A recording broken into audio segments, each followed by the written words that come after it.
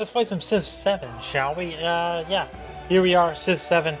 Been a long time coming. And I just kind of want to jump into it. If you're new here, make sure to subscribe, turn on notifications.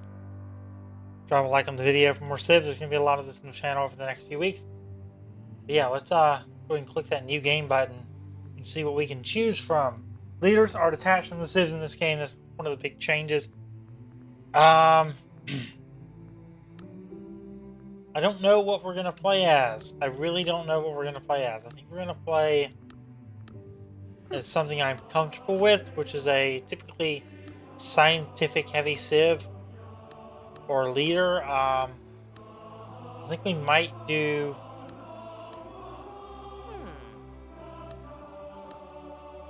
Friedrich Oblique, or I might even go Hatshepsut. I think I might play her. Yeah, let's play as Hatshepsut.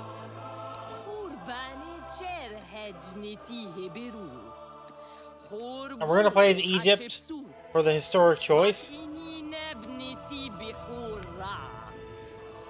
Oh, I guess we'll do on Governor difficulty for this first game, because there are new mechanics that I need to learn. On standard game speed. Sure, I think we're going to set it on epic game speed. Continents. No Earth map at this moment.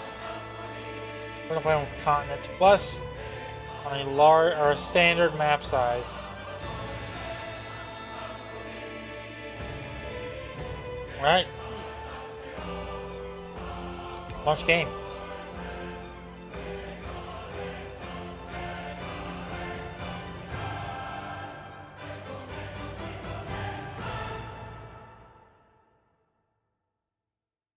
So here we go. First time I just clicked play and started recording. That's all I did. Barely even messed with settings. So this is going to be interesting to see how this goes. I'm on a SSD, so this shouldn't be too big of an issue. But yeah. I do expect the first load to be as typical for a new game of Civ. The waters flood again, okay. Preparing the lands for new growth. Here Egypt will compel the world to behold the wonders it works. So we get the Medjay, which is a tier 1 Egyptian unique infantry unit with no maintenance. The Jadi is what I'm going to call it. A great person with 1 charge can be trained only in cities with an acropolis, and that specific Jadi is received and it's random. Each one can only be received once. Cost increases per single one trained. The Mastaba, which is +3 culture, +1 gold adjacency for desert terrain. Then we have the Mortuary Temple, which is +4 gold and +1 happiness adjacency for navigable rivers and wonder. It is ageless, so we can keep it throughout all 3 ages. Alright, before you embark, take a look at some of the fundamental concepts of the latest installment in this series. Once you begin the game, you will see tutorials that will teach you how to play, and expert advisors who will guide your decision. The Civilopedia will also be available anytime, where you can refer to any of the game's concepts or learn the history behind them. A game of Civ 7 is consisted of multiple ages. Every turn brings you a step closer to the next age. Some important events are a leap forward. Each age represents its own unique gameplay, new challenges, and an opportunity to change your strategy. Your leader remains the same, but at the end of every age, you will choose a new civilization with a different set of abilities and units at your disposal. The legacy you create with each civilization will carry into subsequent ages. Legacy paths are the primary means by which you can create continuity from one age to the next. Every age represents 4 such paths: economic, cultural, scientific, and militaristic. Whether you focus solely on one or diversify your efforts, the progress you make will grant you unique and powerful ability in the next age. In the finals age, once you complete a legacy path, you will have the opportunity to perform one more decisive feat to seal your victory. Every game of Civ 7 is its own journey, and as you will see from the following tutorials, there are countless ways to build an empire that stands the test of time. To make the most of your journey, try to remain open to these ideas and be willing to adapt when necessary. I'm willing to adapt when necessary. Let's do it. Here your journey begins. Raise an empire from humble beginnings to greatness and write your own version of history. Alright, greetings Hatshepsut. With a new vision comes the Egyptian people, ready to put down roots in these fertile lands. Your founder has the ability to establish your first city. Select them now. We can do right down here. Founder. Have a nice little coastal city here at the beginning, which is really nice. What I'm going to assume is a coastal city until we have explored, because it could just be a lake. It could just be something like a little pond. But it also could be actual landmass. This city and all your future settlements provide your civilization with food, production, and science. A settlement generates an amount of production every gained turn. This production can be used for many things, like constructing important new building or training powerful military unit. A city should always be producing something.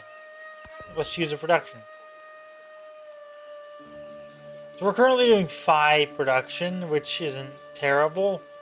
But for a beginning game, quite frankly, we're going to do a scout here quickly. Training will begin at once. Since there's nothing else to address at this time, select next turn.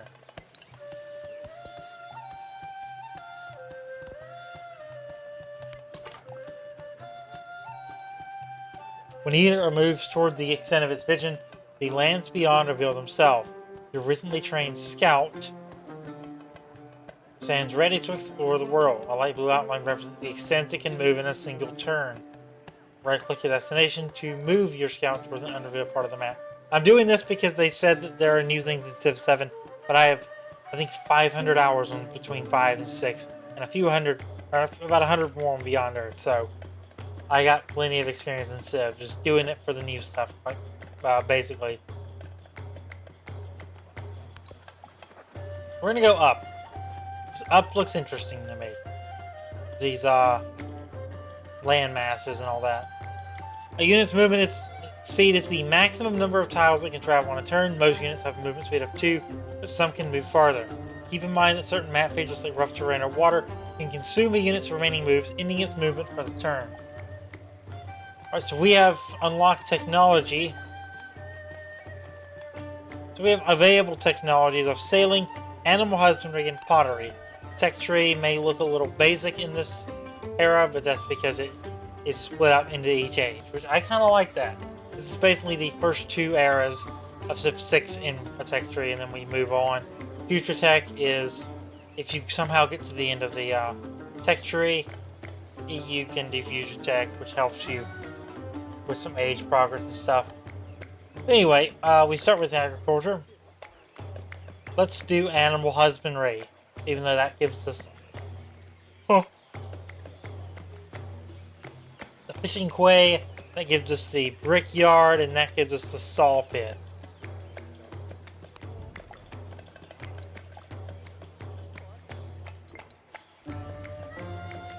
Let's see what the Cephalopedia has. Quite a bunch.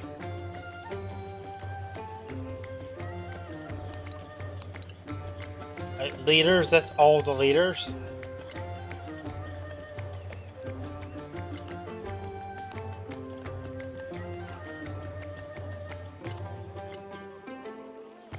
We start with different types of government. I guess these are in the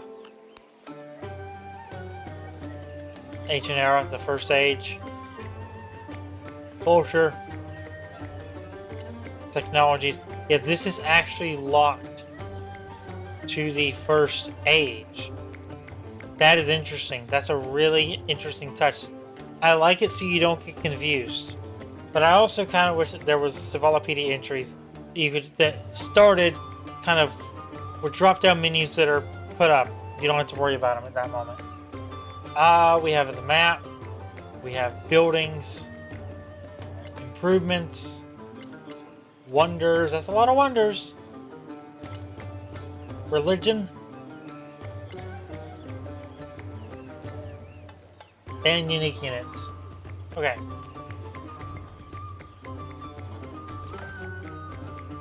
So we've produced our scout. We're going to do a granary because 5 food is not going to help us for long. Alright, so when constructing a new building, you must choose a placement location. Buildings can be placed in an urban district with an empty slot, represented by the dark green color, or you may annex a new urban district tile, represented in light green, by placing it there. Red tiles, such as resources or mountains, cannot be built upon. Paths connecting each technology indicate the prerequisites required in order to research future tech. Use the tree as a guide to find the quickest path to a specific tech or tech mastery. So we can convert this to an urban tile, or we can put it in an existing tile, which is our city center. I think we're going to convert.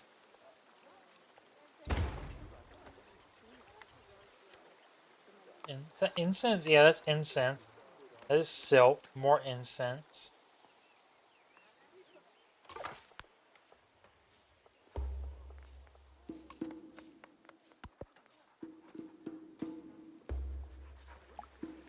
Thanks to the amount of food your city has generated, it has grown in population. Select Grow City to continue. So we can grow our city. Basically what that means is we can choose a tile to expand to. We're going to choose that tile, and we're going to go out this way to get more coastal. Then I think after, because I wanted those dates. And I kind of want those dyes too, because they give us 3 happiness. But I also want to get in here and get these silk and incense. There's also stones right here, it looks like, or something to be able to mine upon.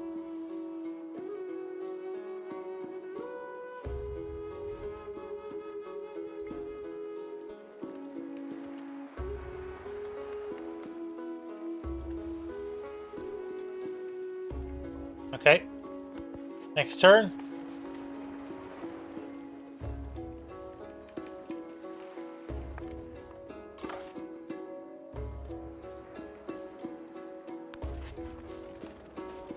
Fishies! Alright, so there's fishies up here. There's camels up here.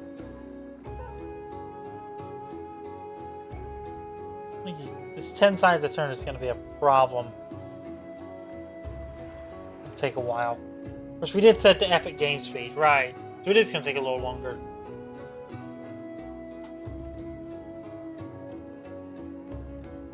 Our age progress. So this is where we can track our ages. So basically, we can do the culture path, which is house 7 world wonders in your empire.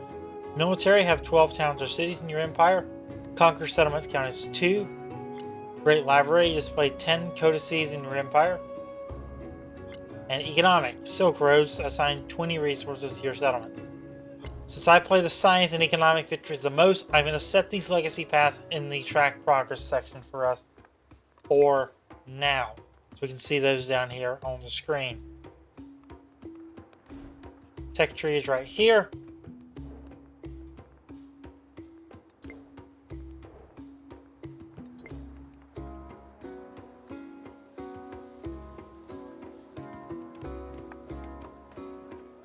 So we've done that. We've done everything we can do here.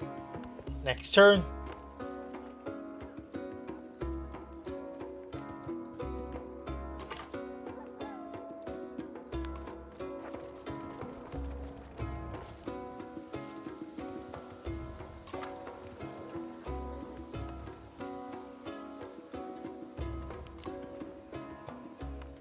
Can't pet the dog.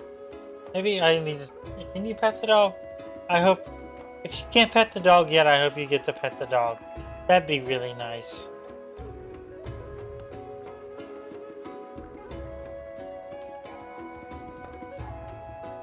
Oh, you can't pet the dog yet. Dang. That is my priorities in this game, people. Can you pet the dog?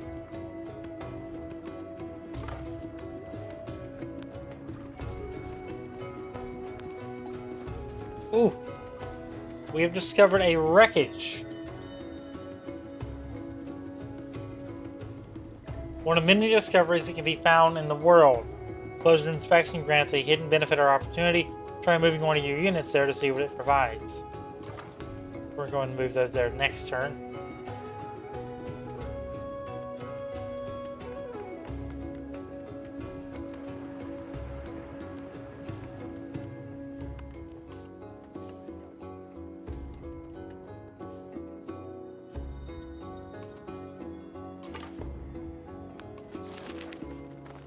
Wildfires have left a once flourishing garden in ruin. The acolytes who tended the rare plants have combed the debris for the detritus for salvage, hoping they can rebuild. Study what's left of the rare plants or position the garden be rebuilt. Both are really good.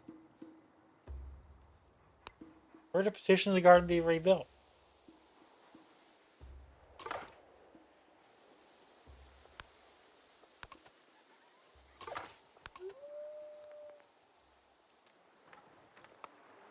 No, for a science person, that might be the bad idea, but it's going to give us happiness, and I want my people to be happy.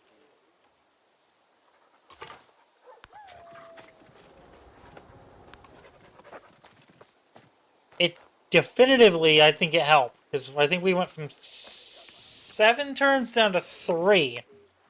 We dropped down 4 turns for our next population growth. So I definitively think that was the right decision. Maybe in 20 turns I won't think that's the right decision, but I live in the moment, okay?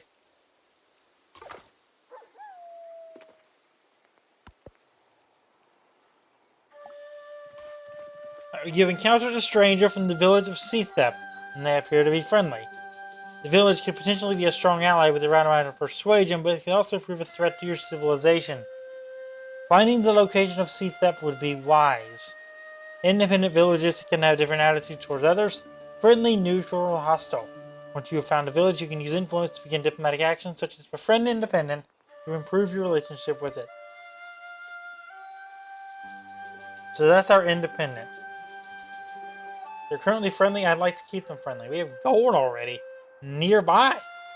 Wow. Keep an eye on that, so you might need it. You've just met Napoleon. Good diplomatic relationships with other leaders can yield powerful benefits for your civilization. They are also your main rivals in achieving victory. Before starting diplomatic relations with your leaders and their people, we should greet them. You can give them a friendly, neutral, or hostile greeting. The choice is yours. We have met Napoleon.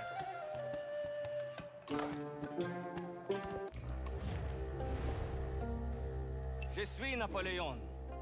Sur cette terre pour déterminer le sort du monde.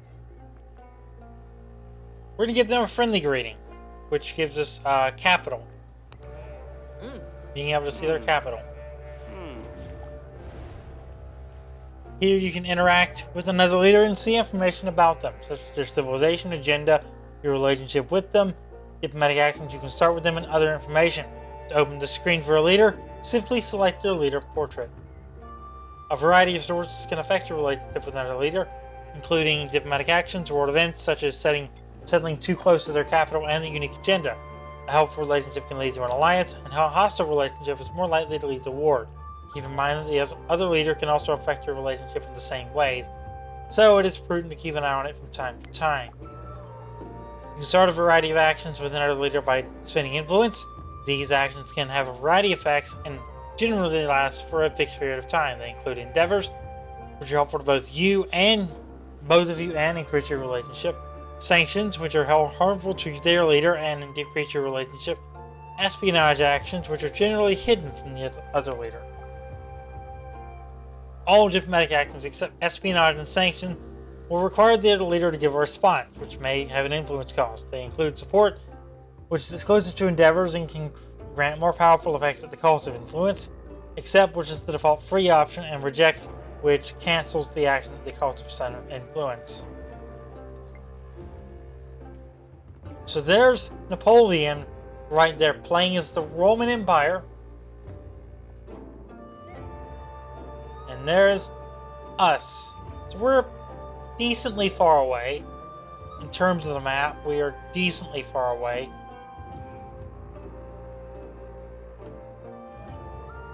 Yeah, I think we're going to go and wrap this first episode up of Civ 7 as Egypt. If you enjoyed, drop a like on it, subscribe, turn on notification. And I'll see you next time for more. Thanks for watching.